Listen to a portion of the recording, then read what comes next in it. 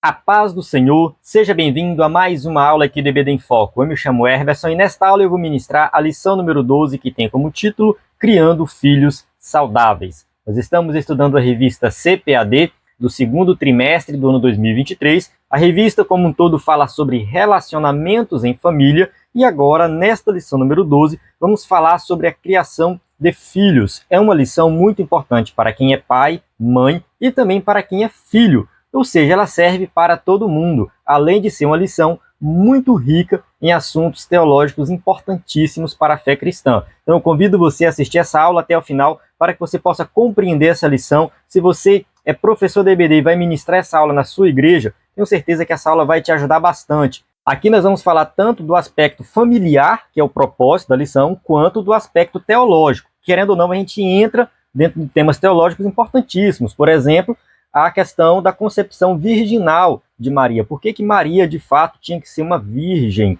Por que Jesus é filho somente de Maria e não de José? Quais as implicações teológicas disso? Será que Jesus realmente ele foi uma pessoa sem pecado? E se ele foi uma pessoa sem pecado, foi porque ele era filho de Maria e não de José? E será que o fato dele ser filho de Maria implicava em alguma herança genética de Maria? Realmente ele era filho genético de Maria?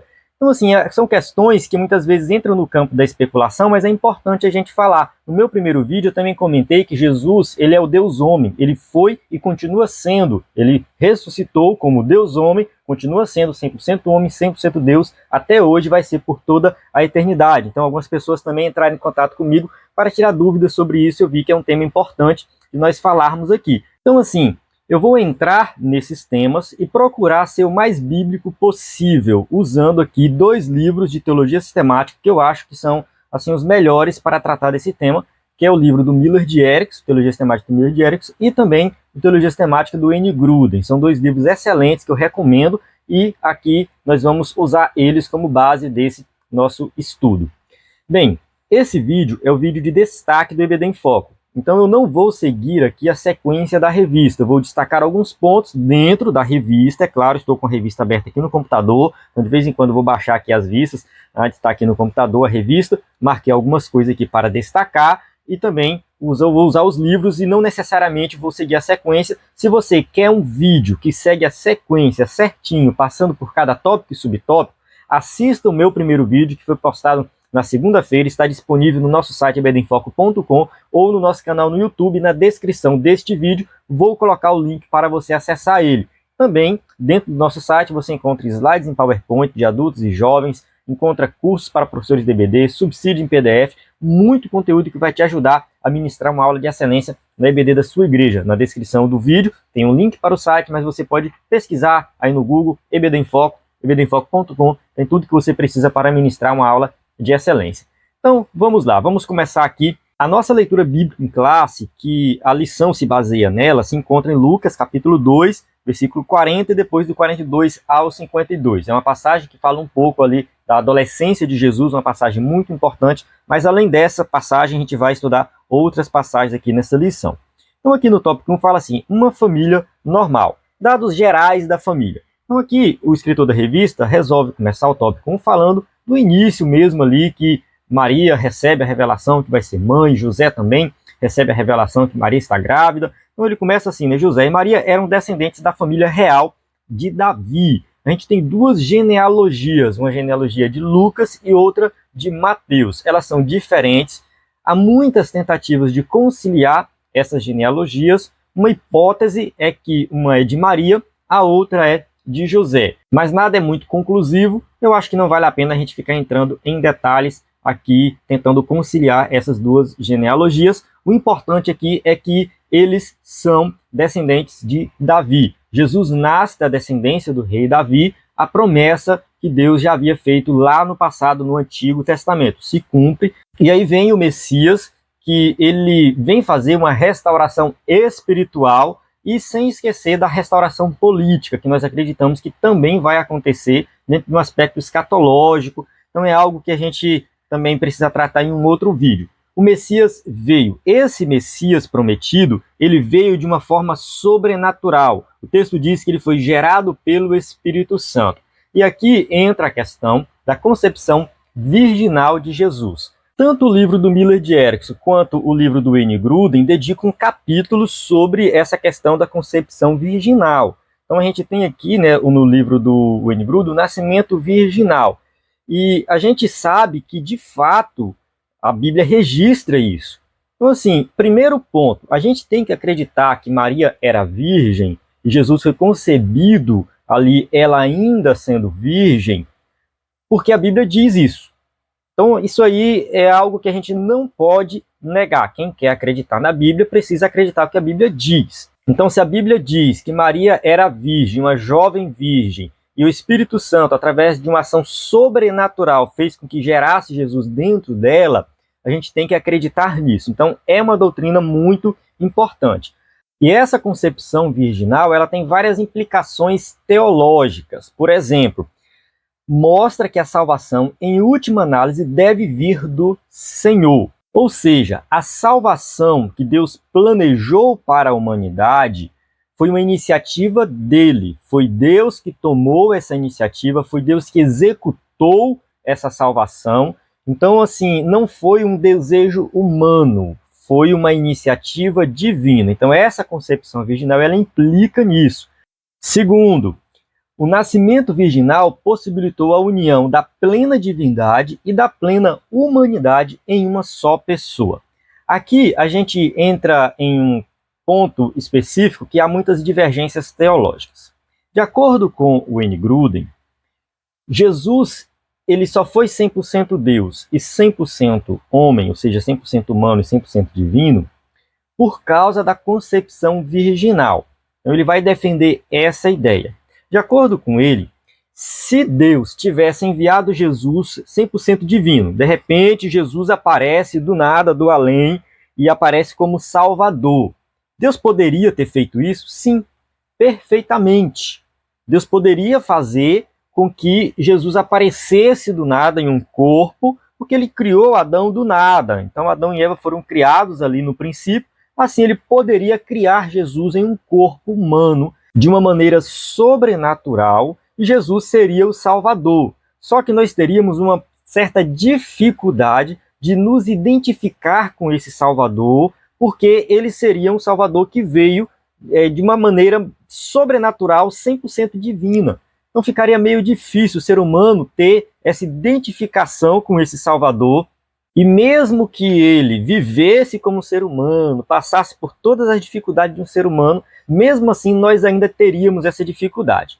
Uma outra proposta seria Jesus ter nascido da união sexual de José e Maria. E essa união sexual geraria um filho humano, mas que também, de alguma forma sobrenatural, ele seria divino. Então pense da seguinte maneira: José se casa com Maria, eles têm um filho, e Deus faz com que esse filho seja o filho de Deus também, de uma maneira sobrenatural.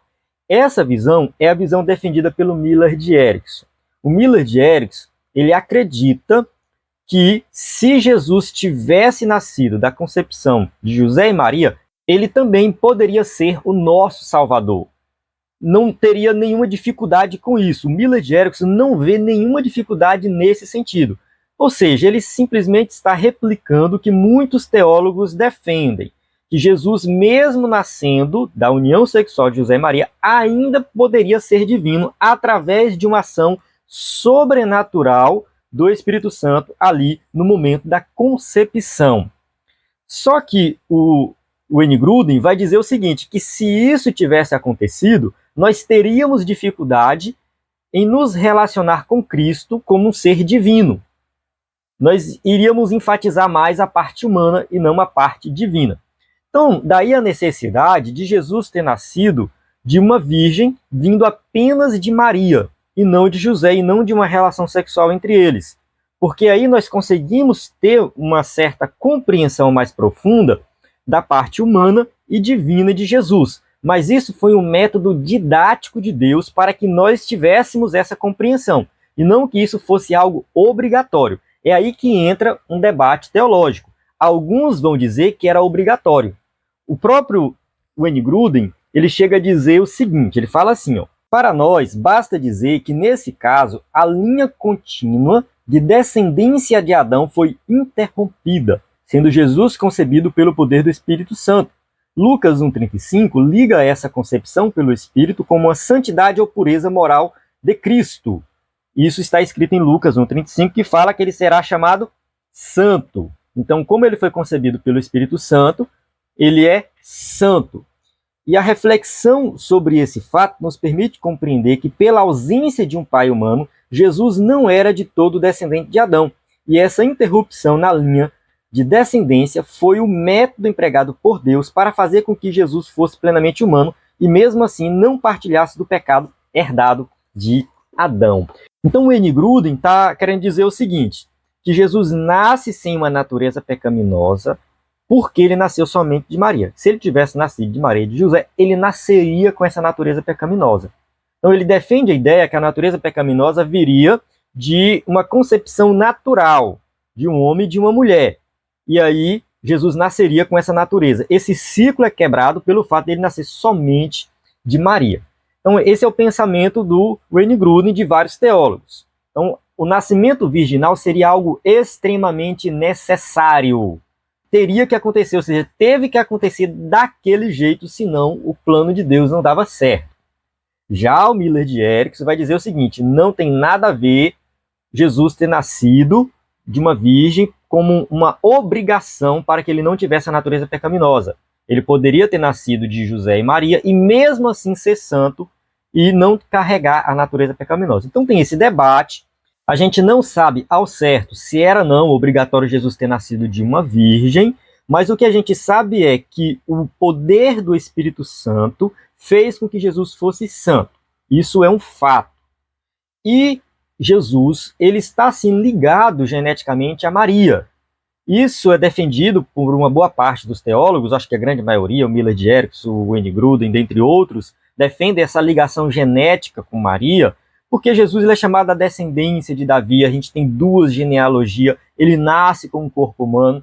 Então, assim, não faria muito sentido dizer que Jesus era geneticamente modificado, ou que ele foi colocado ali dentro de Maria prontinho, Maria só foi uma barriga de aluguel, né?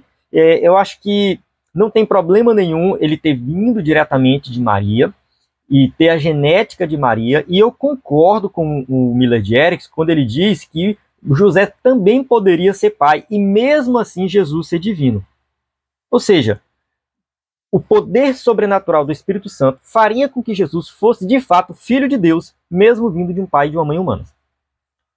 Eu acredito que isso é mais coerente, porque se nós dissermos que José não poderia ser pai, isso implica que Maria também não poderia ser mãe, porque o pecado não vem do homem, o pecado vem dos dois. Os dois erraram, Paulo fala sobre isso. Então não faz sentido dizer que Jesus teria pecado somente se ele fosse filho de José. Se ele fosse filho de José, ele teria pecado, mas como é filho de Maria, não tem pecado. Não faz sentido isso. A Igreja Católica, ela vai defender a ideia de que a própria Maria era sem pecado. É a Imaculada Conceição. Isso foi promulgado, uma bula papal, se não me engano, em 1954, que a Igreja Católica reconheceu Maria como uma pessoa totalmente sem pecado. Então, a Igreja Católica volta um pouquinho na concepção de Maria, e diz que quando a mãe de Maria gerou ela já nasceu sem pecado, e por esse motivo, ela teve Jesus sem pecado, o que é muito estranho. E segundo a Igreja Católica, Maria continuou virgem e foi levada aos céus viva, ela não morreu. Então tem toda uma teoria aí, tem toda uma tradição católica para colocar Maria nesse status de um ser divino, porque ela foi mãe do próprio Deus, então ela é um ser divino. E isso é muito problemático porque a gente não tem informações bíblicas sobre isso, muito pelo contrário, o que a gente tem na Bíblia é que José e Maria, eles depois se casaram, tiveram filhos. A gente tem aqui no tópico 1.2, né, fala assim que Tiago, José, Judas, Simão, né, e pelo menos uma irmã. Isso está registrado em Marcos capítulo 6, versículo 3. Então ali Jesus é apontado como um carpinteiro, ele tem irmãos, ele é filho de Maria. Então as pessoas conheciam Jesus como uma pessoa comum, uma pessoa normal, uma pessoa que vivia numa família normal e que tinha irmãos. Então, a gente acredita, sim, que de fato Maria e José tiveram relações sexuais após o nascimento de Jesus e eles tiveram vários filhos e viveram uma vida normal. Eu acho que é um tema complexo, tá? Essa questão da encarnação, da concepção virginal, mas é importante a gente debater e entender que isso tem muito a ver com a nossa salvação. Tem uma relação muito forte com a nossa salvação, porque isso mostra que, de fato, Jesus nasceu como ser humano, como 100% homem. E muita gente tem dificuldade, eu tenho dificuldade também com isso. Não é como ele era 100% homem, 100% Deus, né? A única conta que dá 100 mais 100 é igual a 100, né? Não dá 200. Então, assim, lá em Filipenses capítulo 2, versículo 5, a gente fala da kenosis, do esvaziamento, e muita gente vai argumentar ali que Jesus ele se esvaziou de alguns atributos divinos. Eu não vou entrar muito em detalhes, mas eu vou contar aqui uma analogia que eu vi no livro de Teologia Sistemática. Acho interessante, sempre que eu falo sobre esse tema, eu faço essa analogia. Imagina o Usain Bolt, né? Sei lá, o grande corredor de velocidade aí, na época que ele estava correndo ainda.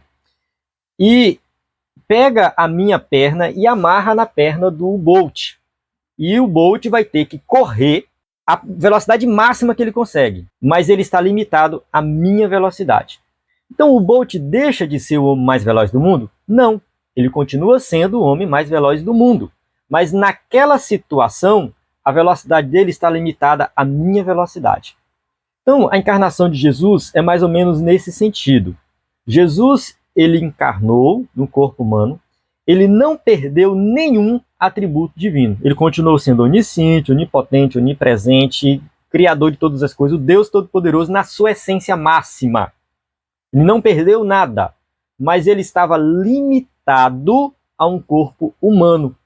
Um corpo que se cansava, um corpo que tinha fome, que tinha sede, que chorava, que tinha emoções humanas. Ou seja, Jesus ele foi 100% homem.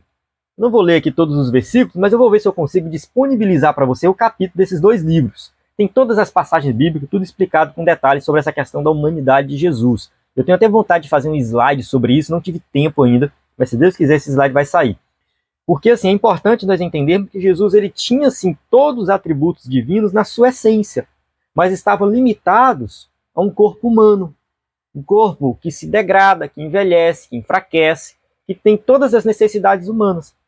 Então Jesus, ele vive como um ser humano normal, ele cresce como uma criança normal, então a gente pode entrar aqui nessa questão do crescimento de Jesus, né, como diz que Jesus ele crescia em sabedoria, em conhecimento, em estatura, ou seja, ele cresceu como uma pessoa normal, ele viveu como uma pessoa normal, ele teve uma adolescência normal, aqui no tópico 2.3 fala da adolescência de Jesus, quando ele foi lá para o templo na festa da Páscoa com seus pais. Então essas festas aconteciam, festa da Páscoa, festa do tabernáculo, festa das colheitas, essas festas elas aconteciam em Jerusalém, eles iam até o templo, e quando os pais de Jesus foram embora, numa caravana, muita gente, eles pensaram que Jesus estava com a outra parte da caravana. Quando eles descobriram que Jesus não estava, eles retornaram para Jerusalém, e quando encontraram Jesus, Jesus estava de boa, tranquilo, debatendo com os doutores da lei, conversando, perguntando, ensinando, e aí os pais deles, né, ficaram ali maravilhados, né? Muito provavelmente eles ficaram maravilhados porque Jesus estava ensinando e também porque eles encontraram o filho deles. E Jesus fala assim, vocês não sabiam que eu tinha que cuidar das coisas do meu pai? Ou seja, José e Maria receberam a revelação lá no passado, que eles seriam filhos do Salvador.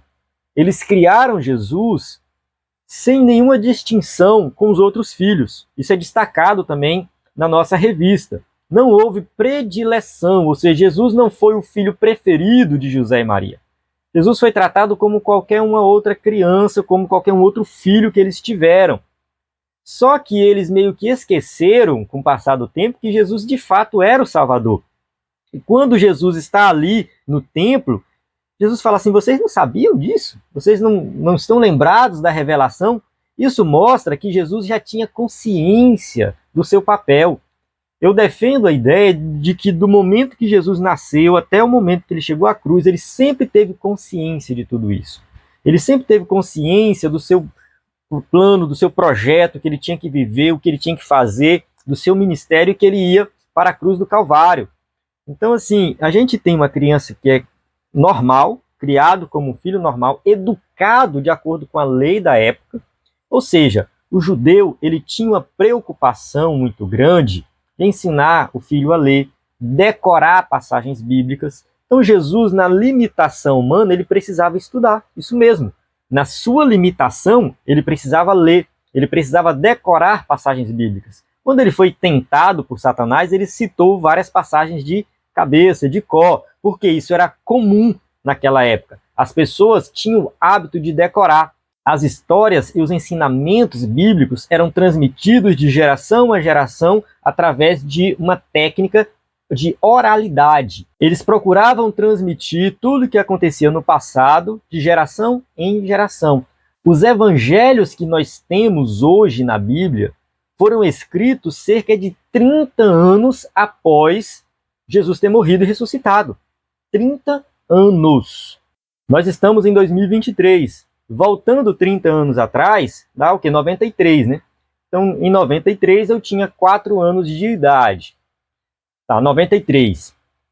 Em 93, o Brasil estava se preparando para ir para a Copa do Mundo em 94. Ayrton Senna estava arrebentando, ganhando tudo. Essas histórias que nós conhecemos hoje, né, da seleção brasileira, da Ayrton Senna e do que acontecia no Brasil naquela época, estão registradas em filmagens, áudios, mas naquela época não tinha isso. Então imagina a gente recontar todas essas histórias nos mínimos detalhes, sem todo o aparato tecnológico que a gente tem hoje. Então era assim que acontecia na época. Os evangelhos foram escritos através de uma tradição oral. Foi preservado tudo aquilo que Jesus fez. E claro, com a ação sobrenatural do Espírito Santo, a gente pode ter certeza que o que nós temos hoje é sim, de fato, a palavra de Deus. Foi o que Jesus fez, de fato, que ele realizou. Então a tradição oral era muito comum. E Jesus, como um bom judeu da época, estudava as Escrituras, estudava a lei de Deus, praticava a lei de Deus e decorava trechos e mais trechos da lei. Esse Jesus, ele cresceu sendo obediente aos seus pais, assim como seus pais foram obedientes a Deus. A gente vê aqui na lição, um ponto de destaque é que José e Maria, eles sempre seguiram a orientação divina. Vai para o Egito, que Herodes está matando as crianças. Volta do Egito. Eles voltaram. Então, assim, eles estavam sempre fazendo o que o Espírito Santo mandava. A mensagem de Deus chegava até eles e eles seguiam a orientação divina. E essa obediência que eles tiveram a Deus, eles transmitiram isso para os seus filhos. Jesus foi um dos filhos que foi educado nesse sentido. Jesus respeitava e obedecia os seus pais terrenos. A gente tem que entender que Jesus, sim, foi obediente aos seus pais terrenos. Ele não foi um filho rebelde. Jesus nunca desobedeceu José e Maria. Nunca. A Bíblia diz que ele foi sem pecado. Se ele foi sem pecado, ele não pode ter cometido, em hipótese alguma, a desobediência aos pais. Imagina você que é pai, ter um filho que jamais te desobedece. Que tudo que você fala, que você ensina, ele faz. O pai, para ter um filho obediente, ele tem que saber educar. Ele tem que saber o momento que vai aplicar a disciplina. Porque, assim, tem pais que o filho faz uma coisa e ele vai lá e castiga o filho. Sei lá, o filho vai para a casa da vizinha sem falar com ele. Aí ele vai lá e castiga o filho por causa disso. Aí, na outra semana, o filho resolve desobedecer. Ah, vou para lá de novo, para a casa da vizinha, brincar de videogame com meu colega, sem falar com o pai dele.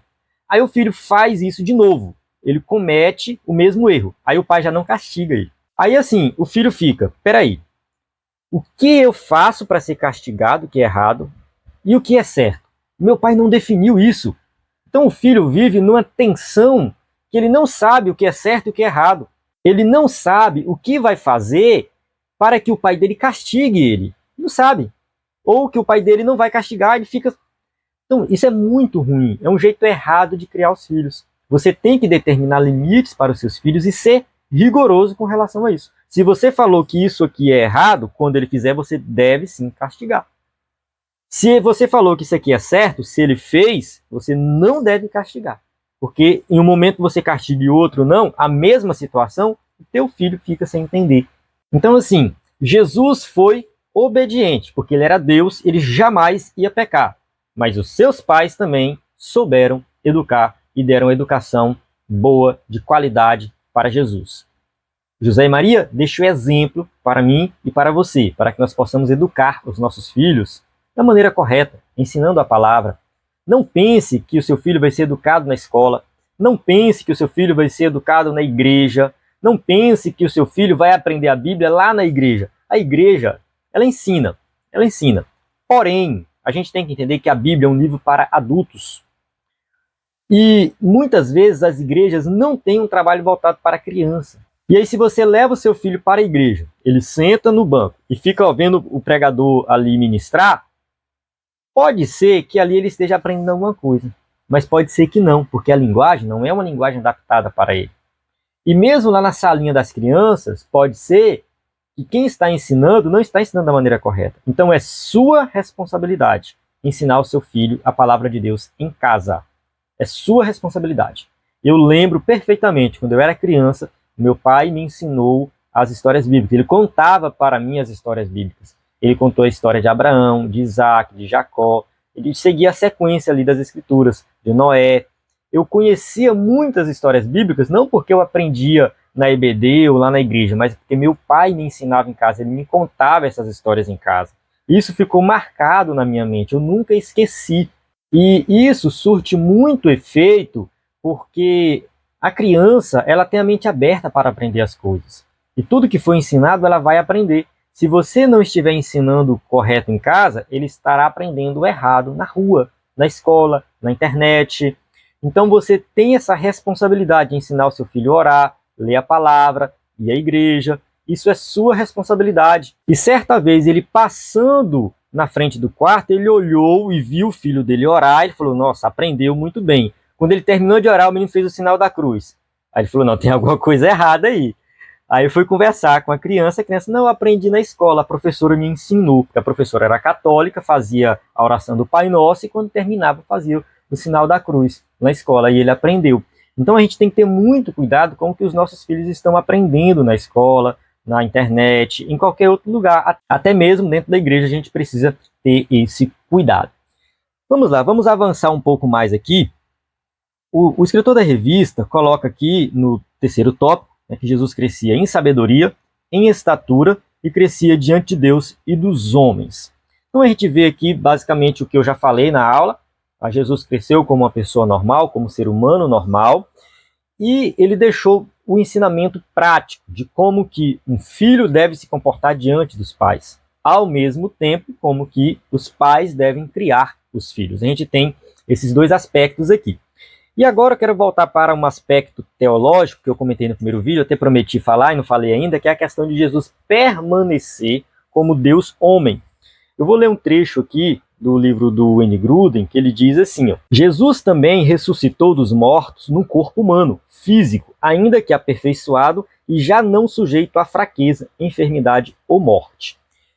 Jesus, ele tinha um corpo humano, ele morreu como ser humano, e ele ressuscitou em um corpo glorificado, mas ainda era um corpo humano.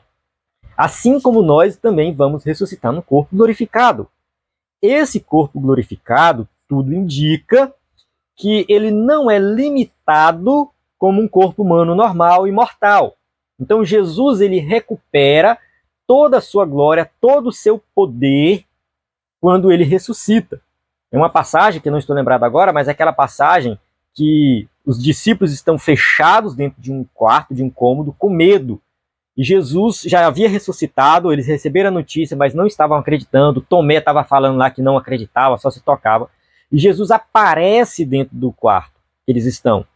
E a Bíblia diz que o quarto estava fechado. Então é bem provável que esse corpo glorioso ele tenha essa capacidade de aparecer, de desaparecer, aparecer em outro local, ou quem sabe atravessar a parede. Então assim, esse corpo glorificado é um corpo diferente, mas é um corpo humano ainda. Um corpo que Jesus ressuscitou, diferente, mas ainda é um corpo humano. Olha só, continuando aqui a leitura do livro.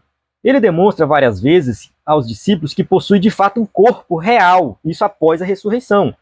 Vede as minhas mãos e os meus pés, que sou eu mesmo. Apalpai-me e verificai, porque um espírito não tem carne nem ossos, como vedes que eu tenho. Então, quando Jesus ressuscita, ele não ressuscita em espírito de uma forma diferente. Ele ressuscita em corpo. Toca em mim. Olha só, eu tenho carne e tenho osso. Mais um momento aqui, ó. Ele lhes mostra e ensina que era carne e osso, e não só um espírito sem corpo. Outro indício desse fato é que lhe apresentaram um pedaço de peixe assado, e ele comeu na presença deles. Então, após a ressurreição, Jesus come peixe. Como que um corpo espiritual vai comer peixe? Não. Continuava sendo um corpo que precisava se alimentar. A Bíblia fala que nós vamos comer no céu, vai ter a Santa Ceia. O próprio Jesus falou que ia tomar uma ceia com os discípulos lá. A Bíblia registra na Nova Jerusalém a árvore que produz o fruto. Então, assim, é bem provável que nós, depois de ressuscitar, a gente vai continuar comendo. Comer é uma coisa muito boa, né? Eu acho que vale a pena ficar para a eternidade. Enfim, continuando aqui. Nesse mesmo corpo humano, ainda que ressurreto e tornado perfeito, Jesus também ascendeu ao céu. Ele disse antes de partir: vim do Pai e entrei no mundo, todavia deixo o mundo e vou para o Pai. A maneira pela qual Jesus ascendeu ao céu foi planejada para demonstrar continuidade entre a sua existência no corpo físico, aqui sobre a terra, e sua existência contínua no céu, nesse corpo. Ou seja, Jesus ele continua com esse corpo no céu. Ele subiu para o céu no corpo. Poucos versículos depois de dizer-lhe: um espírito não tem carne nem osso, como vedes que eu tenho, lemos no Evangelho de Lucas. Isso está em Lucas 24, 39, tá? Lemos no Evangelho de Lucas que Jesus os levou para Betânia e, erguendo as mãos, os abençoou. Aconteceu que, enquanto os abençoava, ia se retirando deles, sendo elevado aos céus. Então Jesus foi levado às alturas, aos céus, em um corpo. Então todos esses versículos juntos mostram que, no que diz respeito ao corpo humano, Jesus era como nós em todos os aspectos. Antes da ressurreição e após a ressurreição, ainda era um corpo humano, como carne e osso, mas tornado perfeito. O tipo de corpo que teremos quando Cristo voltar e formos também ressuscitados. Ou seja, nós teremos um corpo como o dele. Jesus continuou existindo nesse corpo humano no céu, conforme a ascensão tem o propósito de nos ensinar. Então aqui, esse trecho do livro do N. Gruden, citando alguns versículos, deixa bem claro que Jesus ele encarnou como Deus-homem e permanece até hoje como Deus-homem.